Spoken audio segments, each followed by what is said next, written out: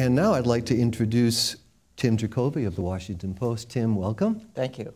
And you know, we talked about the Constitution at the beginning of the program. Well, there's a few other lines in the Constitution that matter to you and to the Washington Post, and that's, of course, the First Amendment, which this museum is a shrine to, in fact. And I went to an exhibit just yesterday at the National Portrait Gallery with wonderful photographs of Katharine Graham. And that woman's life's work was around the First Amendment, of course. So I'd like to start by asking you how, as a newspaper publisher, you see perhaps if there's a tension or how one seeks a balance between the protection you get from the Copyright Clause and the protection you get from the First Amendment. Yeah, well, I think there's both a tension and a synergy there. You know, on the one hand, you know, we do need to be careful about laws that restrict speech, of course, but at the same time, and I'm stealing this from the Supreme Court, you know, the Copyright Clause is it's the economic engine that really drives speech. And if we didn't have copyright protection, you know, we would lose our economic incentive to go out there and report and create speech. So I think that, you know, we do need to be careful about going too far, but at the same time, you know, our copyright protection is really critical to us. Right, and you know, I know that the Washington Post, as a newspaper, is also now, you know, one of its jobs is to be a technology innovator. There's a wonderful video, which I hope people have seen. If you haven't, you should look for it, where Bob Woodward and Ben Bradley confront this great new device called the iPad. It's a lot of fun to watch, and my favorite line is at the end when Ben says something like, these kids, they think these tweets tweet themselves. You know, it's terrific. But you, as a newspaper, need to be innovating and pushing the boundaries. Even calling it a newspaper these days is a bit of a misnomer. We've heard John and Mary Beth talk about this other tension between copyright and technology. Can you speak to that, how it looks from inside the Washington Post, and then we'll talk about how it feels to have it come at you? Yeah, I mean, I was thinking when John was talking about the tedium issue and how tedium was a great protection against copyright infringement, so that, you know, once the photocopier came along, it was so easy to reproduce. And I think with digital, you see, you know, there was still some tedium protection with respect to distribution. It was, you know, still extremely hard to distribute. Now, all of a sudden, you have the reproduction, but you also have just the incredible ease of mass-scale distribution, you know, and more with mobile and tablets.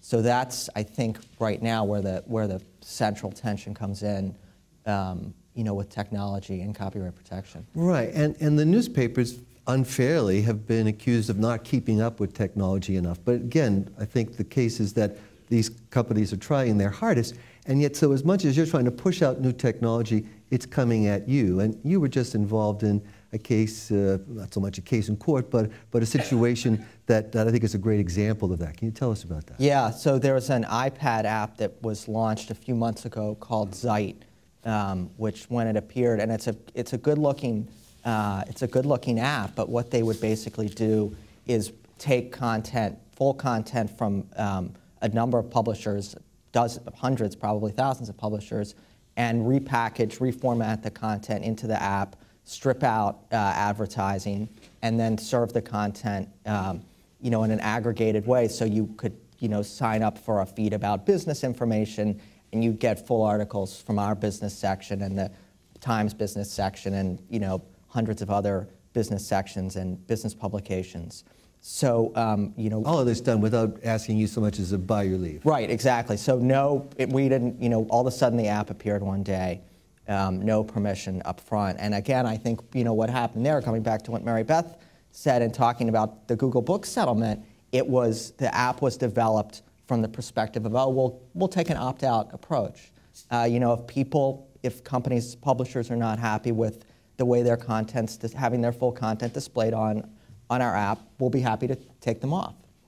So we and a group of other publishers and content creators, 10 of us, jointly sent a letter to Zeit, basically explaining the problem with the opt-out approach, you know, and saying, look, we invest collectively hundreds of millions, probably billions of dollars in content creation. And, you know, when you sort of sit there and gather all of our full content together in a way that provides it to readers worldwide, but where we get no economic or really any other benefit at all, that's a problem. And we love the technology, we love innovation, but the point is, you have to come to us first. Well, what kind of reaction do you get when you tell these companies that? Do they act surprised as if they never heard of copyright? Well, I think the Zeit CEO actually said, we thought this might happen. I think. But it didn't bother him all that much. No, I mean, that's really what's interesting, and I actually, the last time I checked, they did, and the response from the company was, we'll change the way we display you so that we'll provide a short text blurb and then we'll link to your website. And they did that for all of the companies on the letter. The last time I checked, they had not done that for any other company, any other publisher that wasn't on the letter, which I think is interesting. And it underscores, sort of, I think the law is there. I mean, it's clearly an infringing use of our content, but there's no fear. There's no fear of repercussion. It's just, okay, go ahead. We'll change the way we format you.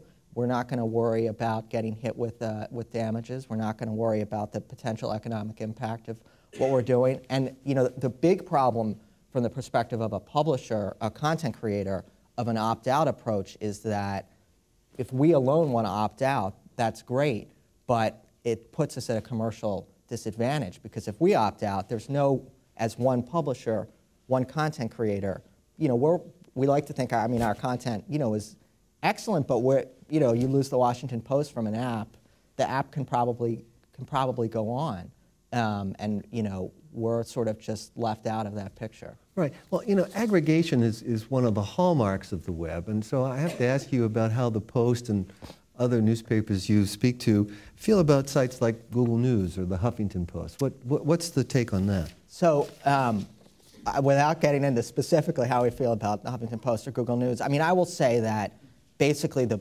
thinking is sites that drive us traffic or uses of our content by third parties in ways that drive us traffic, we like.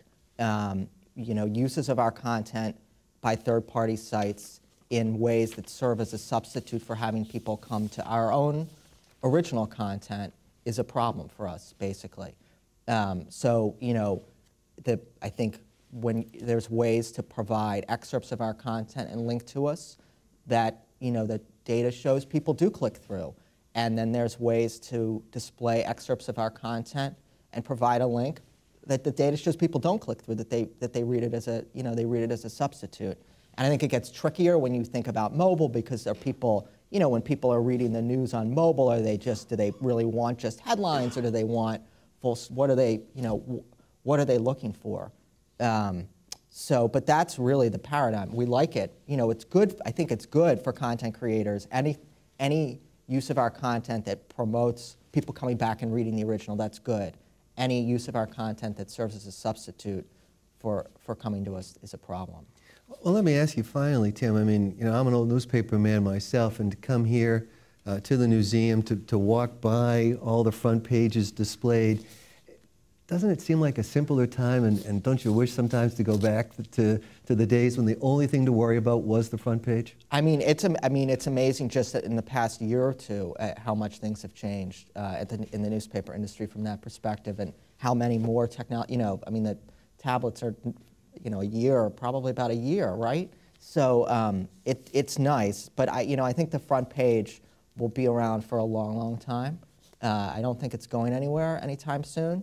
I think we're seeing that in our numbers too right now. So, it's at the same time, the fact that more and more people than ever exponentially more are reading our content is fantastic, and we love that. And the key is to just make sure that we are getting appropriate, proportionate benefits for all the work that we're putting into our content and that everybody's reading. Well, Tim Jucovy of the Washington Post, thank you very much.